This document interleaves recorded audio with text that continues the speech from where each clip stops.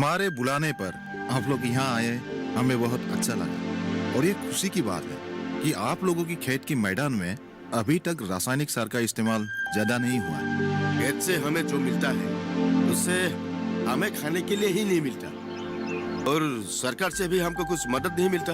पैसे की कमी के कारण नहीं, मैं रासायनिक सार और कीटनाशक दवाई का प्रयोग इसलिए नहीं करता क्योंकि ये सेहत के लिए हानिकारक है। तेरी बात अलग है भाई, तुझे रुपया नहीं मिला तो क्या हुआ? दीपू की नौकरी की तनख्वाह तो मिलती है ना, इसलिए तेरा उत्पादन कम हो तो भी कोई बात नहीं। नहीं नहीं विनोद, तू गलत बोल रहा है। मैं दीपू के तनख्वाह के ऊपर निर्भर नहीं हूँ। मेरा हालत अभी भी इतना बुरा नहीं हुआ है। और देखो, हमारे परदादा के जमाने से हम लोग हमारे खेत में रासायनिक द्रव्य का प्रयोग नहीं करते। आप लोगों की बातें सुनकर मुझे बहुत अच्छा लगा। मैं यहाँ जो कहने आया था वो तो आप लोगों की बातों ने ही कह दिया। सर, आपने क्या कहा हमने समझा नहीं। देखिए, आप लोगों के बीच में से विपिन ने बहुत अच्छा काम किया है।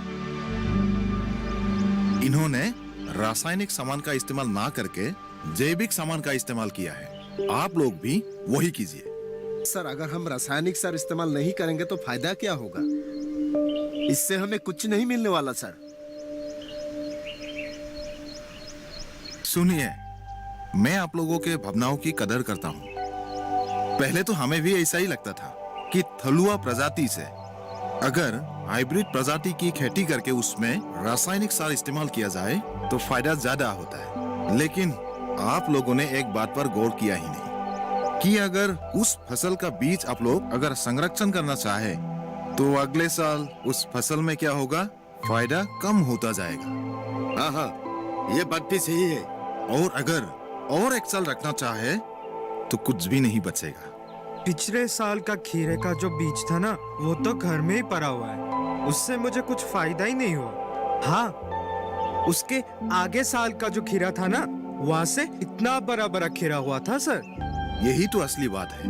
बर्ण संकर यानी हाइब्रिड जाट के बीज को व्यापारियों ने अपने मुनाफे के लिए इस्तेमाल किया है, जिस कारण आप लोगों को हर साल नए बीज खरीदना पड़ता है। इतना ठोका, अगर वो मिल जाए तो मैं काट डालूंगा। लेकिन काटने के लिए मिलेंगे कहाँ? और रासायनिक सार से नुकसान आप लोगों का ही है। आप लोग पहले साल जितने रासायनिक सार इस्तेमाल करेंगे, दूसरे साल उससे ज्यादा इस्तेमाल करना होगा। यानी अगर पहले साल आप लोगों ने 1 किलो सार की इस्तेमाल किया, फिर दूसरे साल आप लोगों को 1 किलो 200 इस्तेमाल करना होगा, और तीसरे साल 1 किलो 300 ग्राम। इस हिसाब से आप लोगों के खर्चे भी दिन ब दिन बढ़ते ही जाएंगे। हाँ, लेकिन ये भी सही बात है सर। लेकिन थलुआ प्रजाति के खेत में उसका उल्टा होता है। आप लोग पचन सार, गोबर ये सब इस्तेमाल करके पैसों का भी बचत कर सकते हैं। उस फसल से आप लोग बीज भी संरक्षण कर सकते हैं, तो इसमें भी आप लोगों का फायदा है। लेकिन उत्पादन जो कम होता है। हाँ, देखने में फायदा कम है, लेकिन एक बात सोचिए, रासायनिक सामान इस्तेमाल किया हुआ फसल आप लोग कितने दिन रख सकते हैं? ज्यादा से ज्यादा 2 दिन। बैंगन और टमाटर तो 2 दिन में ही नष्ट हो जाते हैं। अब तो मालूम हुआ है ना आप लोगों को कि रासायनिक सार इस्तेमाल करने से फसल तो ज्यादा होता है, लेकिन फसल जल्दी ही नष्ट भी हो जाता है। लेकिन थलुआ जात की फसल ज्यादा दिन तक नष्ट नहीं होता है। अब आप लोग ही सोचिए कि फायदा किस में है। हाँ हाँ, ये तो 100% सच है। आज समझ गए ना? इतने दिनों से तो तुम लोगों ने मेरे ऊपर मजाक उड़ाया था।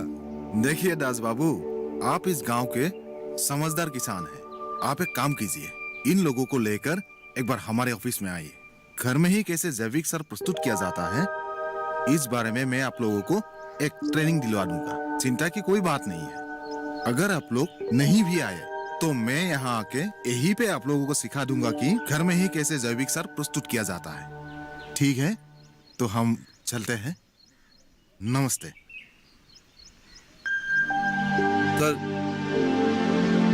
सर फिर आइएगा। आप लोगों के आने से हम लोगों का हिम्मत बढ़ जाता है। जरूर आएंगे, यही तो हम लोगों का काम है। आप लोग एक काम कीजिएगा, आजकल दूरदर्शन में कृषि संबंधित प्रोग्राम दिखाते रहते हैं, वो सब भी देखिएगा।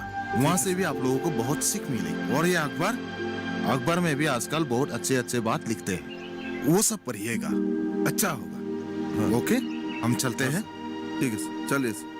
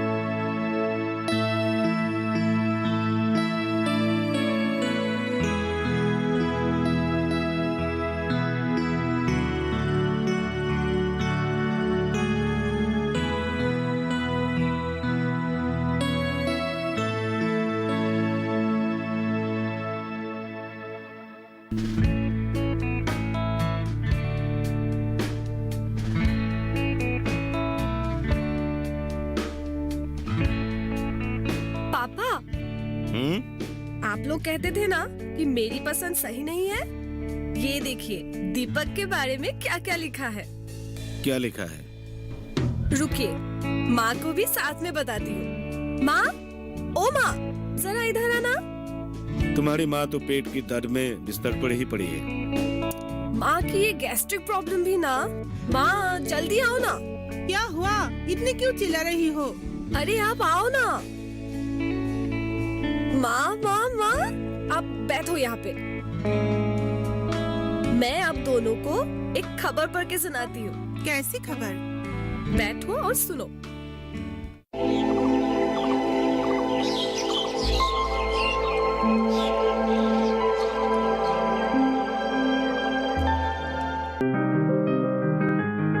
बीमारियों से कैसे बचेगी फसल? मवेशियों की मुश्किलों का क्या है हल? कहां से लाएं बीज, कितनी लगेगी खाद? किसानों के हर फोन का विशेषज्ञ देंगे जवाब। देखिए हेलो किसान लाइव, सोमवार से शुक्रवार शाम 6 बजे।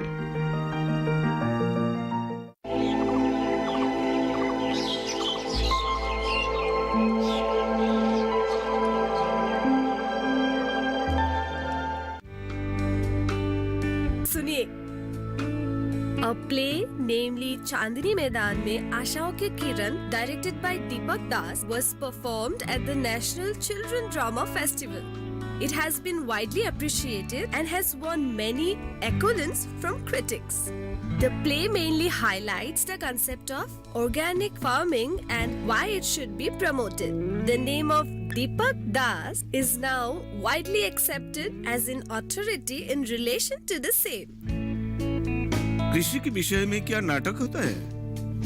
आजकल तो डिजिटल युग है। डिजिटल इंडिया की सोचते वक्त खेत के बारे में बच्चे क्या सोचेंगे? इसलिए तो तुम्हारा ये पसंद मुझे सही नहीं लगता है। पापा, अब सभी लोगों को अपने जैसा मत समझिए ना। आप एक ठेकेदार हो, आपका काम है पेड़ काट कर रास्ता बनवाना। आप क्या समझोगे खेती के बारे में, प्रकृति के बारे में? देखिए, हमारी सपना तो एकदम प्रकृति प्रेमी बन गई। यही है नारी चरित्र। पति की नजर से दुनिया को देखना चाहती है, इसीलिए कंप्यूटर लैपटॉप के बीच में रहकर भी पेड़ पौध के बारे में सोचती रहती है। Good good, very good. पापा, मजाक मत उड़ाइए ना। पेड़ पौधे, चिड़िया, ये सब मुझे बहुत पसंद है। और दीपक बहुत अच्छा लड़का है पापा। हाँ, दीपक बहुत अच्छा लड़का है। ठीक है, एक बार बुलाओ उसे। मैं इंटरव्यू लूंगा उस निर्देशक नाट्यकार मिस्टर दीपक दास की। पर बुरा भला मत कहना। हाँ, नहीं कहूंगा बाबा। ये महेंद्र बरुआ इतना कच्चा इंसान नहीं है, और मेरी सपना बेटिया को क्या मैं दुख पहुंचाऊंगा? तो फिर सचमुच बुलाओ उसे। आई लव यू पापा।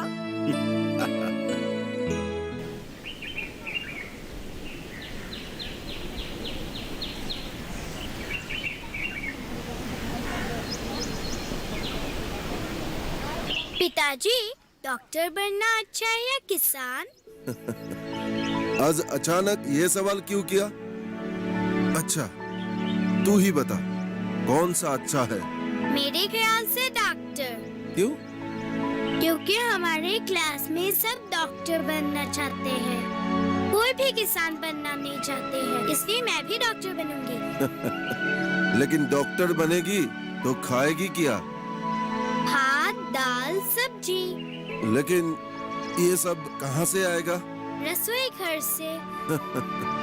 अगली, अगर किसान खेती नहीं करेंगे तो रसोई घर में दाल, चावल, सब्जी ये सब कहाँ से आएगा? इसका मतलब किसान नहीं रहेगा तो डॉक्टर को भी खाना नहीं मिलेगा। हाँ, नहीं मिलेगा, किसी को खाना नहीं मिलेगा, समझी? हाँ।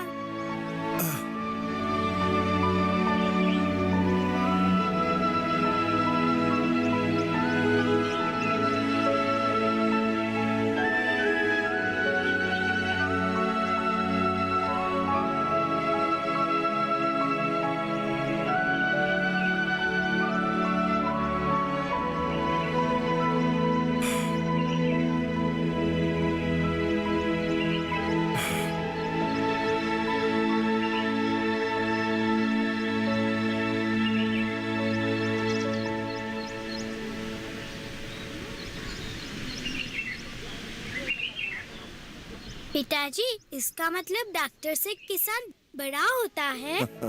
हाँ बेटी, बड़ा होता है। मैं भी किसान बनूंगी। ठीक है। जा जा, बढ़िया ही किसान बनने वाली। अरे एक फूल में पानी नहीं दे सकती? ज्यादा मत करो, मैं पिताजी को हमेशा मदद करती हूँ, है ना पिताजी? जरूर। चाचा जी, आज आप चाचे के घर जा रहे हैं ना? मैं भी चलूंगी आपके साथ। जा जा, बढ़िया ही बकबक करने वाली। मुझे भी जाना है आपके साथ। माँ को बोलो ना नए कपड़े दिलाने के लिए। देखो कुही बेटा, छोटे बच्चे हर जगह नहीं जाते। तू क्या अभी जा रहा है? हाँ, मैंने ही कहा उसे जाने को। ऊपर से स्कूल भी बंद है। यातार बुलाए है ना, यातार के लोग वहाँ पे ठहर रहे हैं। ठीक है ठीक है, पर सास ससुर से बात करते वक्त सावधानी बरतना। ठेकेदार आदमी है, सोच समझ कर बातें करना। भैया, आपको फिक्र करने की कोई जरूरत नहीं। मैं अभी छोटा बच्चा नहीं रहा। मैं स्कूल में नौकरी करता हूँ, और उससे भी बड़ी बात है कि हम लोग खेती करते हैं। खेती करना महत् काम है, ये सभी कहते हैं, लेकिन किसान का कोई महत्व नहीं देता। इसीलिए सोच समझ कर बातें करना, समझे? अरे विपिन, घर पे ही हो? अरे विनोद, आओ मेंबर, आओ आओ, बैठो बैठो बैठो। बैठिए। अरे क्या हुआ विपिन, आज तू बाहर गया ही नहीं? अरे हाँ, मैं दीपू के बारे में सोचते सोचते ट्रेनिंग की बात तो भूल ही गया था। रुको, मैं अभी तैयार होके आता हूँ। दीपू के बारे में सोचते सोचते? दीपू, क्या हुआ तुझे? दीपक की अच्छी खबर है। अच्छी खबर? कैसी अच्छी खबर दीपुदा? जी नहीं, भाभी ऐसे ही बोल रही हैं। आज दीपू लड़की देखने जा रहे हैं। अच्छा, इसलिए इतना सच धस के निकला है। हाँ हाँ, बहुत दिनों से शादी की दावत खाई। जा जा दीपुदा, जल्दी जा, शादी का इंतजाम करके आना। आप लोग आशीर्वाद दीजिएगा, चलता हूँ। तू चिंता मत कर, हमारा आशीर्वाद हमेशा तेरा साथ है।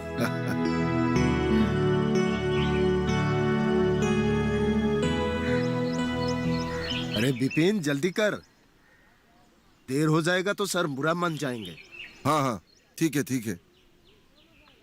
अनीता, तुम एक काम करना, अगर मेरे आने में देर हो गया तो तुम गाय को पानी पिला देना। आप जाइए, चिंता मत कीजिए, मैं सब संभाल लूंगी। वही शादी की मिठाई हम आकर खाएंगे। हाँ शादी कहाँ हुई है अभी? चाचा जी तो लड़की देखने गए हैं। हाँ कुही, तू तो बड़ी हो गई हो। ठीक है, तुम लोग चलो, मैं तैयार होके आता हूँ। ठीक है।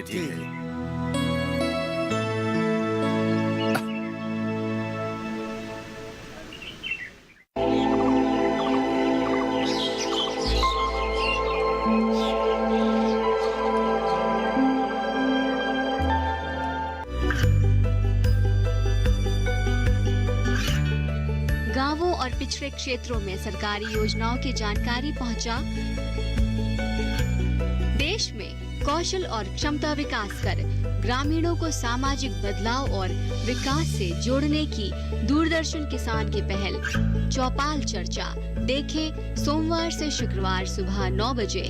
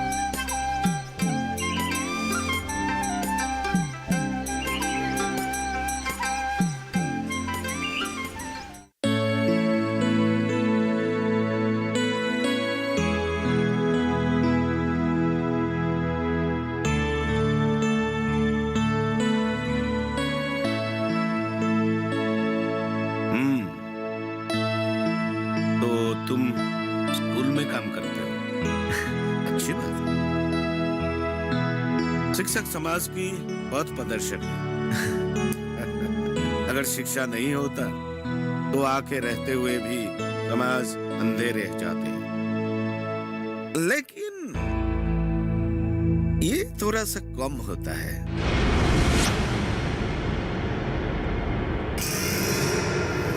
मैं तनख्वाह के बारे में नहीं पूछूंगा। तनख्वाह के बारे में पूछना गलत बात है। तुमने कहा था ना घर में कौन कौन है? भैया, भाभी, कुही, मेरी भतीजी। अच्छा, शायद माता पिता पहले ही गुजर गए। जी, मुझे लगभग भैया ने ही बड़ा किया है। तो तुम्हारे पिताजी नहीं, क्या करते थे वो? पिताजी किसान थे, एक आदर्शवान किसान। खुशी शायद ज्यादा हो रहा है। नहीं, खुशियां मनाना चाहिए, लेकिन थोड़ा हौसला रख, तभी तो लोग कामयाब होता है। अच्छा, तुम्हारा भैया क्या करते हैं? वो भी आदर्शवान किसान ही है।